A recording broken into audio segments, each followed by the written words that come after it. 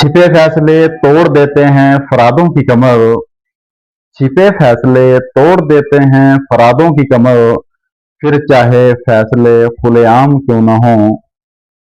आदाब, नमस्कार, मैं रफीक सुल्तानी। साथियों, अभी बहुत चर्चा रहती है कि हमारा देश आर्थिक स्थिति से गुजर रहा है। ये जो आर्थिक तंगी है, इसका कारण बहुत सारे बताए जाते हैं, लेकिन क्या आपको पता है कि इसके पीछे राजनीतिक वजहें भी आर्थिक कारण का एक बहुत बड़ा विषय है। मैं आपको एक ऐसी सच्चाई बताना चाहता हूं जो शायद आप लोग ना जानते हों, या जानते हों तो उसको किसी और नजरिए से देखते हों। आर्थिक मंदी के पीछे राजनीतिक खेल का बहुत बड़ा प्रकरण रहता है, क्योंकि राजनीतियां ही तय करती हैं कि आने वाला समय और सफर कैसा होगा। आजकल जो मुफ्त की रेवड़ियां बांटना भारत में शुरू हुआ है, इसमें लोग अपनी कुर्सी के लिए कुछ भी दावा कुछ भी कर देते हैं, और कुर्सी मिलने के बाद वो सब अंजाम जो है उसको सरकार पर थोप देते हैं। कोई पिछली सरकार पर थोप देता है, तो कोई आने वाले घटनाक्रम पर थोपता है।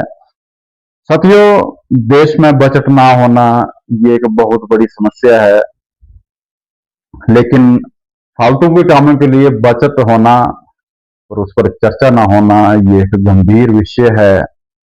मैं आपको एक ऐसी बात बताता हूं जो मैं आरबीआई की वेबसाइट और इलेक्शन कमीशन की वेबसाइट पे देख रहा था। भारत की एक ऐसी राजनीतिक पार्टी है जिसके पास अभी तकरीबन 10,000 करोड़ रुपए से अधिक बजट है। बहुत बड़ा अमाउंट है। राजनीतिक पार्टी है, कोई अपनी फैक्ट्रियां नहीं है, कोई अपने उद्योग नहीं है, लेकिन सिर्फ और सिर्फ राजनीतिक चंदे के जरिए से इस पार्टी के पास 10,000 करोड़ से अधिक बजट अभी पड़ा है। इसके अलावा बहुत सारी संपत्ति भी राजनीतिक पार्टी के पास मौजूद है। ये आंकड़ा किसी पार्टी का या मेरा नहीं है, ये इलेक्शन कमीशन की वेबसाइट पर मौजूद है। और दूसरी तरफ एक और आंकड़ा और एक खतरनाक आंकड़ा आपको और बताता हूं, जो कि ये भी सभी वेबसाइटों पर मौजूद है।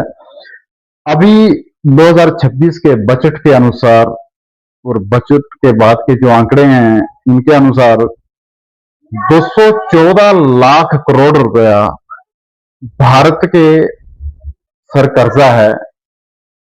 214 लाख करोड़ रुपए भारत के सर पर अभी कर्जा है, जिसको उतारने के लिए कोई भी अभी रणनीति और प्लान तैयार नहीं है। सीधे सीधे शब्दों में बताएं तो अभी जो हमारा देश है इस पर इतना कर्जा है कि पूरे देश के, यानी कि प्रति व्यक्ति अगर बताया जाए तो हिसाब लगाया जाए तो भारत के हर नागरिक पर 1,25,000 से अधिक कर्जा मौजूद है।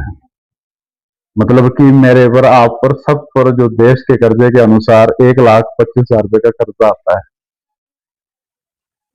अन्य देशों की तुलना, जैसे अगर हम दूसरे देशों की तुलना करते हैं तो आर्थिक जानकारों के अनुसार दूसरे बड़े देशों जैसे अमेरिका, चीन, जापान के मुकाबले भारत की कर्ज जीडीपी स्थिति काफी अच्छी है, लेकिन नियंत्रण में नहीं है अभी। साथियों, ये एक बहुत बड़ा विषय है। इसको सरकार का मुद्दा समझना मुझे नहीं लगता, ये हम सब का मुद्दा है, और हम सब अगर इस पर चर्चा करते हैं, इस पर विचार करते हैं, इस पर काम करते हैं, तभी इस मसले का हल होगा।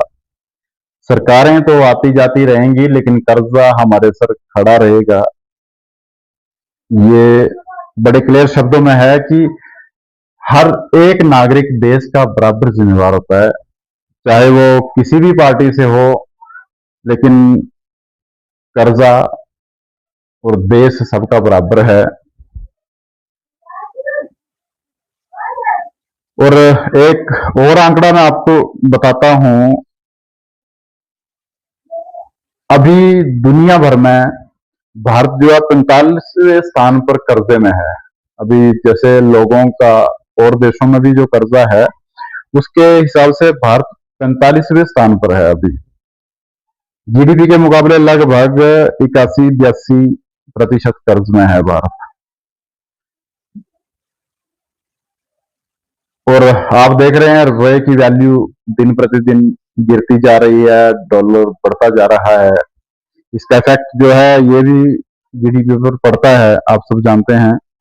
लेकिन ये आप सबको बताना इसलिए जरूरी था कि आने वाले जो युवा हैं, जो अभी इलेक्शन में अपना प्रदर्शन कर रहे हैं, उन सब लोगों को भी इस विषय पर जरूर चर्चा करनी चाहिए, क्योंकि ये आंतरिक विषय है, हमारा देश का मुद्दा है, देश की बात है और देश के युवाओं के सामने जरूर होनी चाहिए। साथियों, मैं कोशिश करता हूं ऐसे जरूरी मुद्दे आप सबके सामने आए।